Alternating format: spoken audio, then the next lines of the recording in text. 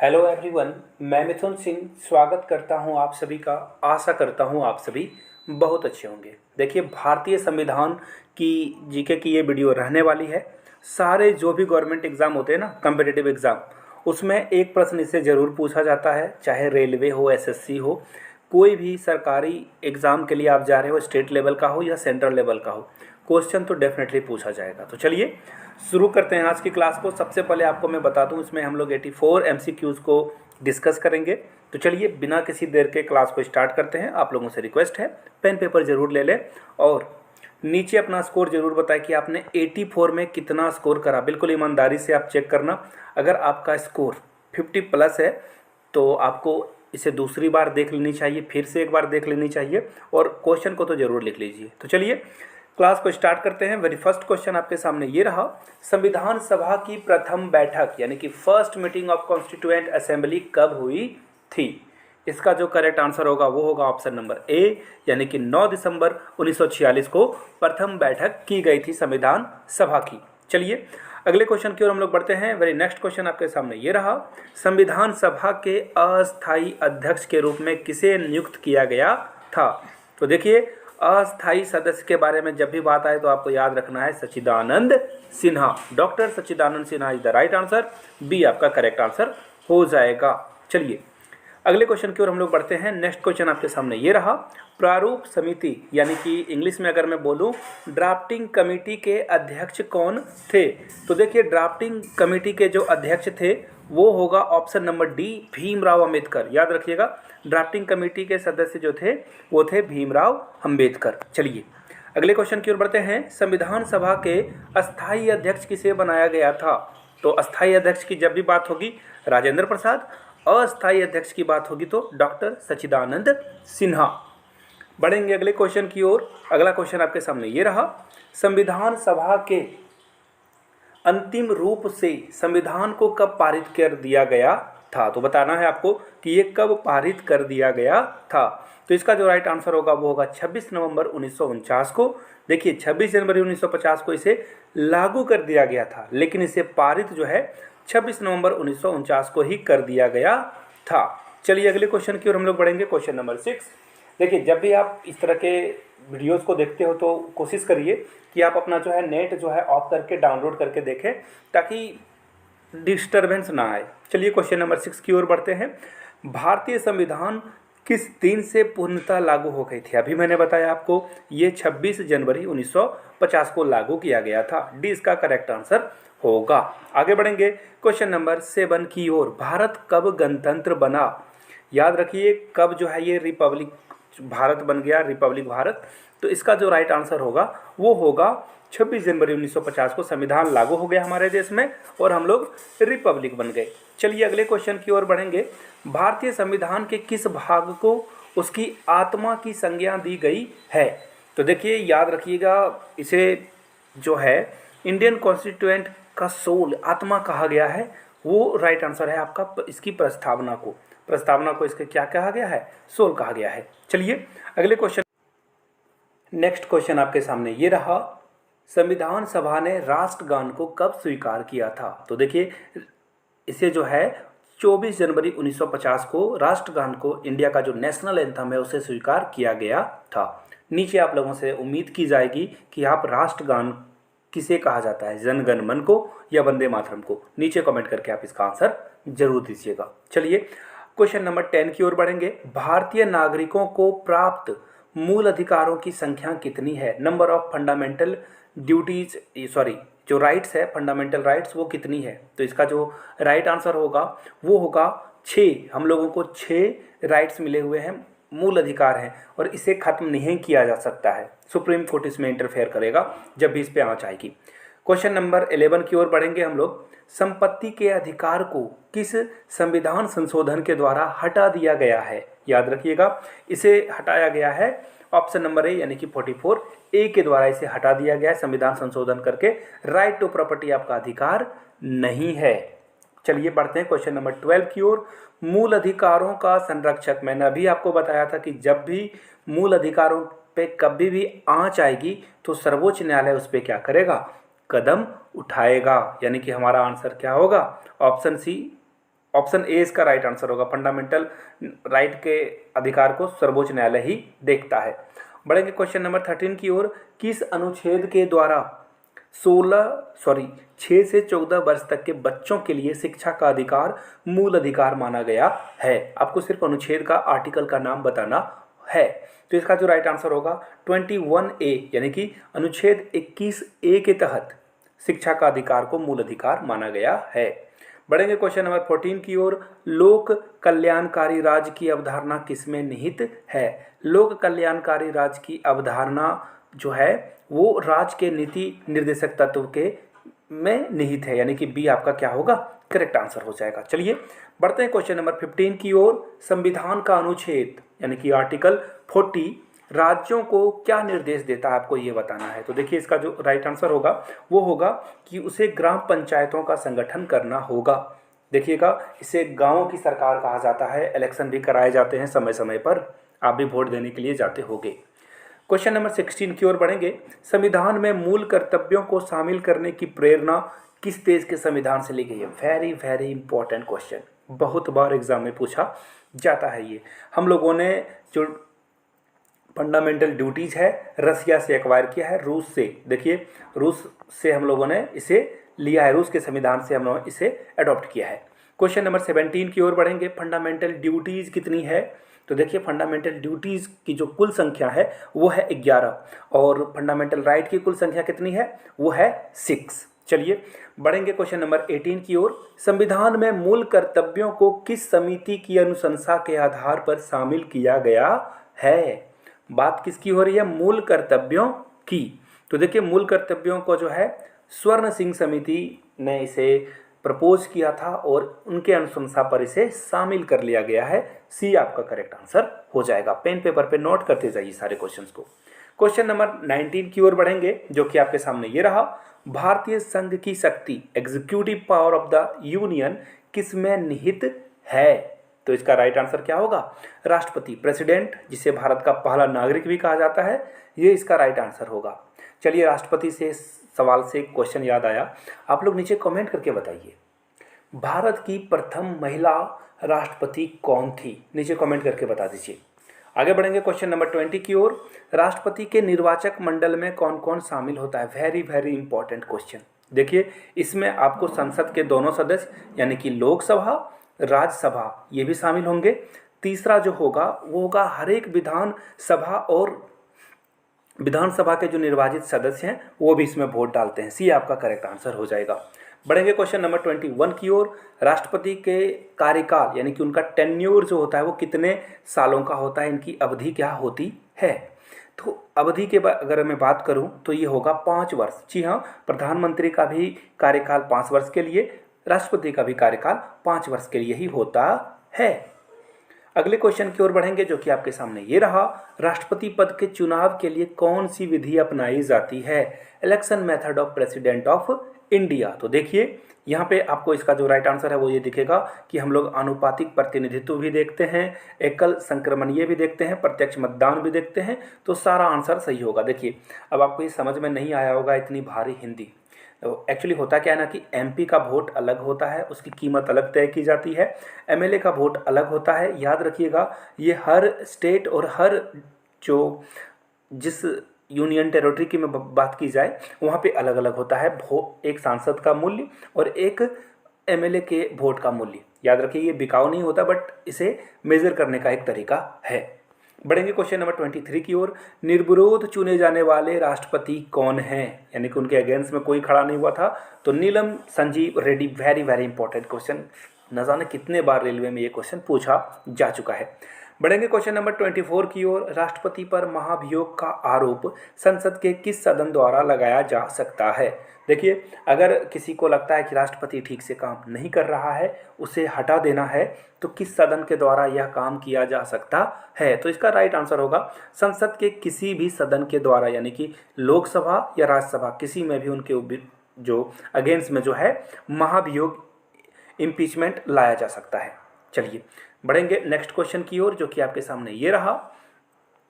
भारतीय सेनाओं का सर्वोच्च यानी कि सेनापति कौन होता है, ये आपको बताना है। तो देखिए सेनाओं की जो बागडोर होती है वो हमारे राष्ट्रपति के हाथ में होती है, यानी कि ए इसका करेक्ट आंसर होगा। सुप्रीम कमांडर कौन होता है, राष्ट्रपति होता है। बढ़ेंगे नेक्स्ट क्वेश्चन की ओर। भारतीय संविधान के अनुसार संघ की कार्यपालिका शक्ति यानी कि executive power of the union किसमें निहित होती है। तो देखिए इसका जो राइट आंसर होगा वो होगा राष्ट्रपति, ए आपका करेक्ट आंसर हो जाएगा। बढ़ेंगे वेरी नेक्स्ट क्वेश्चन की ओर जो कि आपके सामने ये रहा। उपराष्ट्रपति के निर्वाचक मंडल में शामिल हैं, कौन शामिल हैं। तो देखिए इसका जो करेक्ट आंसर होगा वो होगा लोकसभा और राज्यसभा के जो है वो डिसाइड करते हैं वाइस प्रेसिडेंट के इलेक्शन को। बढ़ेंगे अगले क्वेश्चन की ओर। राष्ट्रपति राज्यसभा में कितने सदस्यों को मनोनीत करता है, लिख लीजिए 12 सदस्य, और लोकसभा में 2 एंग्लो इंडियन को ये करते हैं, यानी कि ये आपका करेक्ट आंसर हो जाएगा। बढ़ेंगे वेरी नेक्स्ट क्वेश्चन की ओर। भारतीय संसद के ऊपरी सदन अपर हाउस को क्या कहा जाता है। Very important question, very confusing question. Upper house Rajya Sabha को, लोअर हाउस लोकसभा को, देखिए LL से आप याद रख लेना, लोकसभा को लोअर हाउस और राज्यसभा को अपर हाउस कहा जाता है। चलिए अगले क्वेश्चन की ओर बढ़ेंगे। प्रधानमंत्री की नियुक्ति कौन करता है, जो पीएम्स अपॉइंटमेंट है वो कौन करेगा। देखिए राष्ट्रपति जो है उसे शपथ ग्रहण दिलाता है, ये आपका करेक्ट आंसर हो जाएगा। बढ़ेंगे वेरी नेक्स्ट क्वेश्चन की ओर। यदि प्रधानमंत्री या कोई अन्य मंत्री सदन का सदस्य नहीं है तो उसे उस पद पर बने रहने के लिए कितने दिनों के अंदर संसद का सदस्य बनना जरूरी है। यानी कि कोई अगर मंत्री किसी को बनाया जाए या प्रधानमंत्री बनाया जाए तो कितने दिनों के अंदर उसे जो है संसद का सदस्य बनना जरूरी है। तो इसका जो करेक्ट आंसर होगा दोस्तों वो होगा ऑप्शन नंबर बी, यानी कि 6 महीना के अंदर जो है उन्हें हर हाल में सदस्य बन जाना होगा। बढ़ते हैं क्वेश्चन नंबर 32 की ओर जो कि आपके सामने ये रहा। मंत्रिपरिषद सामूहिक रूप से किसके प्रति उत्तरदायी होता है। तो इसका जो राइट आंसर है वो लोकसभा के प्रति उत्तरदायी होता है। Very very important question. बढ़ेंगे नेक्स्ट क्वेश्चन की ओर। लोकसभा की अधिकतम सदस्य संख्या कितनी हो सकती है। 552, जी हाँ 552। देखिए ऑप्शन नंबर डी आपका करेक्ट हो जाएगा। ये सब बिल्कुल फैक्चुअल क्वेश्चन है, रट लीजिए इसे। आगे बढ़ेंगे। राज्यसभा की अधिकतम सदस्यों की संख्या 245 होगी, यानी कि इसका राइट आंसर क्या हो जाएगा, सॉरी 250, आई एम सॉरी, ये 250 इसका करेक्ट आंसर होगा, यानी कि ऑप्शन सी करेक्ट आंसर हो जाएगा। 250 ज़्यादा से ज़्यादा संख्या हो सकती है। किसी विधेयक को धन विधेयक के रूप में कौन प्रमाणित करता है। तो देखिए याद रखिएगा लोकसभा अध्यक्ष जो है धन विधेयक के रूप में इसे प्रमाणित करता है, बी इसका करेक्ट आंसर होगा। बढ़ेंगे वेरी नेक्स्ट क्वेश्चन की ओर। केंद्र सरकार के प्रथम विधि अधिकारी यानी कि फर्स्ट लॉ ऑफिसर कौन होता है। केंद्र सरकार की बात की जा रही है यहाँ पे, तो इसका जो राइट आंसर होगा दोस्तों वो होगा महान्यायवादी। करंट महान्यायवादी जो हैं वो कौन है आपको नीचे कमेंट करके बताना है। संघ राज्य क्षेत्रों का प्रशासन कौन चलाता है। यूनियन टेरिटरीज का प्रशासन कौन चलाता है। तो देखिए इसका जो राइट आंसर होगा वो राष्ट्रपति के द्वारा जो एक शासक नियुक्त किया जाता है, लेफ्टिनेंट गवर्नर के द्वारा ये चलाया जाता है। अगला क्वेश्चन देखिए, भारत के प्रथम राष्ट्रपति कौन थे। बिल्कुल लड्डू क्वेश्चन, हलवा क्वेश्चन, राजेंद्र प्रसाद। टाइम नहीं वेस्ट करूंगा, आगे बढ़ूंगा। स्वतंत्र भारत के पहले भारतीय गवर्नर जनरल कौन थे। Governor general of India very first. तो देखिए इसका करेक्ट आंसर होगा Chakravarti Rajagopalachari is the right answer. भारतीय पूछा गया है, याद रखिएगा यहाँ पे। राष्ट्रपति द्वारा लोकसभा और राज्यसभा में मनोनीत किए जाने वाले सदस्यों की संख्या कितनी है। तो देखिए सबसे पहले क्या पूछा गया है, लोकसभा। तो लोकसभा और राज्यसभा में टोटल जो सदस्य को ये नामांकित कर सकते हैं वो है 2। लोकसभा में 2 एंग्लो इंडियन की बात हो रही है, राज्यसभा में टोटल 12, यानी कि बी करेक्ट आंसर हो जाएगा। चलिए बढ़ेंगे क्वेश्चन नंबर 41 की ओर। लोकसभा एवं राज्यसभा में 2 अधिवेशनों के बीच अधिकतम कितने समय का अंतर हो सकता है। तो देखिए इसका जो राइट आंसर होगा वो होगा ऑप्शन नंबर सी, 6 महीना से के अंदर अंदर 2 अधिवेशन कराने पड़ते हैं केंद्र सरकार को। राज्य की कार्यपालिका की प्रमुख कौन होती है, एग्जीक्यूटिव हेड कौन होती है। तो देखिए राज्यपाल इसका करेक्ट आंसर होगा, प्रधानमंत्री नहीं हेड होता है, राज्यपाल यानी कि गवर्नर इसका करेक्ट आंसर हो जाएगा। तो चलिए अगले क्वेश्चन की ओर बढ़ते हैं। नेक्स्ट क्वेश्चन आपके सामने ये रहा, क्वेश्चन नंबर 43। संविधान के अनुसार विधानसभा के सदस्यों की संख्या अधिकतम कितनी हो सकती है? तो अधिकतम की बात करें तो 500 से अधिक ये संख्या नहीं जानी चाहिए। अगले क्वेश्चन की ओर बढ़ेंगे। वर्तमान में भारत में कुल कितने राज्यों में विधान परिषद है? तो देखिए ये बहुत बहुत इंपॉर्टेंट क्वेश्चन है। टोटल 6 हैं। देखिए मैं कुछ राज्य के नाम गिना देता हूँ।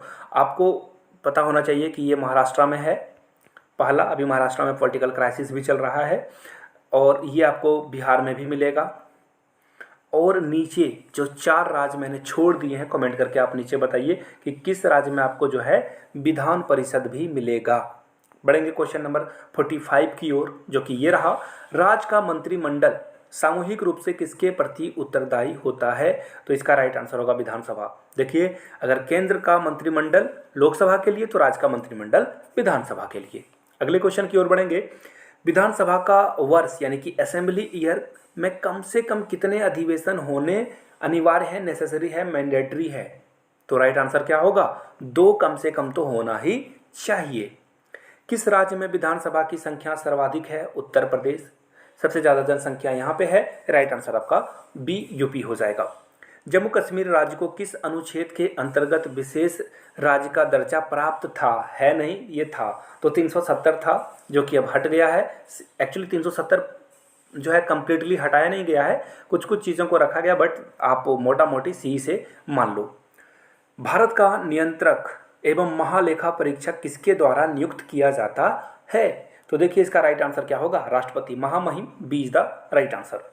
भारत का उच्चतम न्यायालय कहाँ अवस्थित है? हाई कोर्ट ऑफ इंडिया ये कहाँ पर स्थित है? तो इसका राइट आंसर होगा नई दिल्ली। ये इसका करेक्ट आंसर हो जाएगा। अगले क्वेश्चन की ओर बढ़ेंगे। भारत के सर्वोच्च न्यायालय में न्यायाधीशों की कुल संख्या कितनी हो सकती है? तो इसका जो करेक्ट आंसर है वो होगा ऑप्शन सी, 34 मैक्सिमम हो सकती है। आगे बढ़ेंगे। सर्वोच्च न्यायालय के मुख्य न्यायाधीशों की नियुक्ति कौन करता है? सर्वोच्च न्यायालय के मुख्य न्यायाधीशों की नियुक्ति कौन करता है? तो इसका राइट आंसर होगा राष्ट्रपति। राष्ट्रपति ही जो है नियुक्त करता है सारे जजेस को। उच्चतम न्यायालय के न्यायाधीशों का कार्यकाल कितने वर्ष का होता है? तो देखिए 65 वर्ष आयु पूरी होने तक वो क्या कर सकते हैं? वो ऑफिस को चेयर कर सकते हैं। सर्वोच्च न्यायालय के प्रथम मुख्य न्यायाधीश कौन थे? तो देखिए वेरी वेरी इंपॉर्टेंट क्वेश्चन ये है। इसका राइट आंसर होगा हीरालाल जे कानिया। सी is the right answer. Sukumar Sen जो थे हमारे प्रथम इलेक्शन कमीशन के चीफ थे, मुखिया थे। Question number 55। वर्तमान में भारत के उच्च न्यायालयों की कुल कितनी संख्या है? तो इसका राइट आंसर क्या होगा? ऑप्शन सी, 24 हमारे यहाँ उच्च न्यायालय हैं। उच्च न्यायालय के मुख्य न्यायाधीश की नियुक्ति कौन करता है? तो इसका राइट आंसर क्या होगा? राष्ट्रपति उच्च न्यायालय के मुख्य न्यायाधीशों की नियुक्ति करता है। उच्च न्यायालय के न्यायाधीशों का कार्यकाल की सीमा क्या है? तो इसका कार्यकाल क्या होगा? अपने 65 वर्ष तक पूरे होने तक वो क्या कर सकते हैं? रह सकते हैं अपने पद पर। किस उच्च न्यायालय की अधिकारिता सर्वाधिक क्षेत्रों पर है? इसका राइट आंसर क्या हो जाएगा? सी यानी कि गुवाहाटी का हो जाएगा। सी इज द राइट आंसर। बढ़ेंगे वेरी नेक्स्ट क्वेश्चन की ओर, जो कि आपके सामने ये रहा 59। किस उच्च न्यायालय में सर्वाधिक संख्या में न्यायाधीश कार्यरत हैं? तो देखिए इसका भी राइट आंसर क्या हो जाएगा? इलाहाबाद हो जाएगा। B is the right answer. Question number 60 की ओर बढ़ेंगे। संविधान के किस अनुच्छेद के द्वारा राष्ट्रपति को सर्वोच्च न्यायालय से परामर्श मांगने का अधिकार प्राप्त है? राष्ट्रपति जो है सुप्रीम कोर्ट से जो है विचार विमर्श कर सकता है, सलाह ले सकता है किसी भी बिल वगैरह के बारे में। तो आर्टिकल 145 याद रखिएगा, आर्टिकल 145 इसका करेक्ट आंसर हो जाएगा। बढ़ेंगे अगले क्वेश्चन की ओर। किस केंद्र शासित प्रदेश का अपना उच्च न्यायालय है? यूटी के बारे में बात की जा रही है। इसका राइट आंसर होगा कोई नहीं। किसी भी उच्च न्यायालय का अपना उच्च न्यायालय नहीं होता है। डी इसका राइट आंसर हो जाएगा। बढ़ेंगे अगले क्वेश्चन की ओर। राष्ट्रपति राष्ट्रीय आपातकाल की उद्घोषणा यानी कि जो नेशनल इमरजेंसी लगाई जाती है किस परिस्थितियों में कर सकता है? तो देखिए युद्ध अगर हो जाए तो भी कर सकता है, कोई आक्रमण अटैक हो जाए या विद्रोह हो जाए, तो इसका राइट आंसर क्या होगा? ऑप्शन नंबर डी यानी कि किसी भी इन तीनों हालत में वो कर सकते हैं। भारत में कितनी बार राष्ट्रीय आपातकाल यानी कि नेशनल इमरजेंसी अनाउंसमेंट की गई है। इसका राइट आंसर क्या होगा? ऑप्शन बी, यानी कि टोटल 3 बार घोषणा की जा चुकी है। भारत में राष्ट्रपति किस अनुच्छेद के अंतर्गत देश में राष्ट्रीय आपात की घोषणा करता है? इसका राइट आंसर क्या होगा? अनुच्छेद 352। याद रखिएगा, 352 is correct answer. Question number 65, संविधान के किस अनुच्छेद के आधार पर राज्यों में संवैधानिक तंत्र की विफलता पर राष्ट्रपति शासन लगाया जा सकता है? आर्टिकल 356 याद रखिएगा। आर्टिकल 356 लग गया तो राज्य सरकार जो है जाएगी, गुल हो जाएगी। क्वेश्चन नंबर 67 की ओर बढ़ेंगे, क्योंकि 66 है ही नहीं। संविधान के किस अनुच्छेद के आधार पर देश में वित्तीय आपात लगाया जा सकता है? याद रखिएगा, फाइनेंशियल इमरजेंसी कैसे लगाई जा सकती है? तो जैसे इसे किस आर्टिकल के द्वारा लगाया जा सकता है? 360, यानी कि अनुच्छेद 360 के द्वारा इसे लगाया जा सकता है। संसद द्वारा अनुमोदन के बाद किसी राज्य में राष्ट्रपति शासन एक बार में कितने समय तक के लिए लागू किया जा सकता है? यानी कि फिर से इलेक्शन होना जरूरी है। 6 महीने के अंतर्गत 6 महीना तक ही राष्ट्रपति शासन लगेगा, उसके बाद चुनाव होना जरूरी है। राज्य में राष्ट्रपति शासन लगाने की स्थिति में कितने दिनों के अंदर उसकी संसद से स्वीकृति लेना आवश्यक है? तो इसका राइट आंसर क्या होगा? 60 दिनों के अंदर, 2 महीना के अंदर आपको ये काम कर लेना होगा, यानी कि 20 का करेक्ट आंसर हो जाएगा। बढ़ेंगे अगले क्वेश्चन की ओर, जो कि आपके सामने ये रहा। दल बदल से संबंधित कानून का उल्लेख किस शेड्यूल में, यानी कि अनुसूची में की गई है? इसका राइट आंसर क्या होगा? ऑप्शन नंबर सी, 10वें अनुसूची में इसके बारे में डिस्कस किया गया है। संविधान द्वारा कुल कितनी भाषाओं को मान्यता प्रदान की गई है? तो याद रखिएगा, वेरी इंपॉर्टेंट क्वेश्चन, टोटल 22 भाषाओं को शामिल किया गया है। बढ़ेंगे क्वेश्चन नंबर 72 की ओर। 73वां संविधान संशोधन किससे संबंधित है? तो याद रखिए, पंचायती राज से ये संबंधित होगा। वित्त आयोग के गठन, यानी कि फाइनेंशियल कमीशन का जो प्रावधान है, किस अनुच्छेद में किया गया है? तो याद रखिए, ये 280 यानी कि अनुच्छेद यानी आर्टिकल 280 में इसका उल्लेख किया गया है। आगे बढ़ेंगे, योजना आयोग के पदेन अध्यक्ष कौन होता है? तो इस क्वेश्चन को आप कर दो इनकरेक्ट, क्योंकि अब नीति आयोग बना दिया गया है। आगे बढ़ेंगे, भारत में प्रथम योजना आयोग का गठन कब किया गया? ये क्वेश्चन पूछा जा सकता है, वेरी इंपॉर्टेंट है। ये होगा 15 मार्च 1950 को। राष्ट्रीय विकास परिषद की स्थापना कब की गई है? इसका राइट आंसर क्या होगा? Option number B, 1952। भाषा के आधार पर गठित राज्य का पहला राज्य का नाम क्या है? तो देखिए, ये राज्य का नाम है आंध्र प्रदेश। तमिलनाडु से अलग होकर ये बना था। तमिल तेलुगु अलग अलग भाषाएं हैं, जिसके कारण आंध्र प्रदेश का निर्माण किया गया था। बलवंत राय मेहता समिति का गठन किया गया था। क्यों गठित किया गया था बलवंत राय मेहता कमेटी? तो देखिए, पंचायती राज व्यवस्था को सुधारने के लिए किया गया था। भारत में सर्वप्रथम 2 अक्टूबर 1959 को पंचायती चुनाव किया गया है। यह कहाँ से शुरू हुआ था? राज्य व्यवस्था का शुभारंभ कहाँ से किया गया था? तो इसका राइट आंसर क्या होगा? नागौर से, राजस्थान से इसकी शुरुआत की गई थी। क्वेश्चन नंबर 80, स्वतंत्र भारत में प्रथम निर्वाचन आयुक्त कौन थे? तो मैंने बताया था आपको, सुकुमार सेन इसका करेक्ट आंसर होगा। आगे बढ़ेंगे अगले क्वेश्चन की ओर। पहले वित्त आयोग का गठन 1961 में किया गया। इसके अध्यक्ष का नाम आपको बताना है। तो इसका आंसर क्या होगा? केसी नियोग। केसी नियोग इसका राइट आंसर होगा, यानी कि ऑप्शन ए के साथ आपको जाना था। बढ़ेंगे क्वेश्चन नंबर 82 की ओर। पंचायतों के चुनाव हेतु निर्णय, जो डिसीजन मेकिंग है, निर्णय लेने का अधिकार किसे प्राप्त है? इसका राइट आंसर क्या होगा? चुनाव आयोग। चुनाव आयोग ही सब कुछ डिसाइड करेगा। सरकारिया आयोग है, इसका संबंध किससे है? आपको बताना है। तो केंद्र और राज्य के संबंधों से इसका संबंध है। एक करेक्ट आंसर होगा। आखिरी क्वेश्चन की ओर बढ़ेंगे, और ये क्वेश्चन मैं आपको नहीं पूछूंगा। राइट टू इंफॉर्मेशन आरटीआई के बारे में है। यह कब पारित किया गया था? ये क्वेश्चन आप नीचे कमेंट बॉक्स में इसका आंसर दोगे। फिर से याद दिला दूं, वीडियो को लाइक ज़रूर कर दें। और आपका जो भी स्कोर आया है इस 83 क्वेश्चंस में, और एक मैंने क्वेश्चन पूछा था तो ये 84 हो गया। आप लोग नीचे अपने स्कोर को ज़रूर लिखें। यहाँ तक वीडियो को देख लिया है तो जय हिंद जरूर लिखते हैं। Thank you so much. Video को शेयर कर दें, नए हो तो चैनल को सब्सक्राइब करते हुए जाना है। Thank you so much.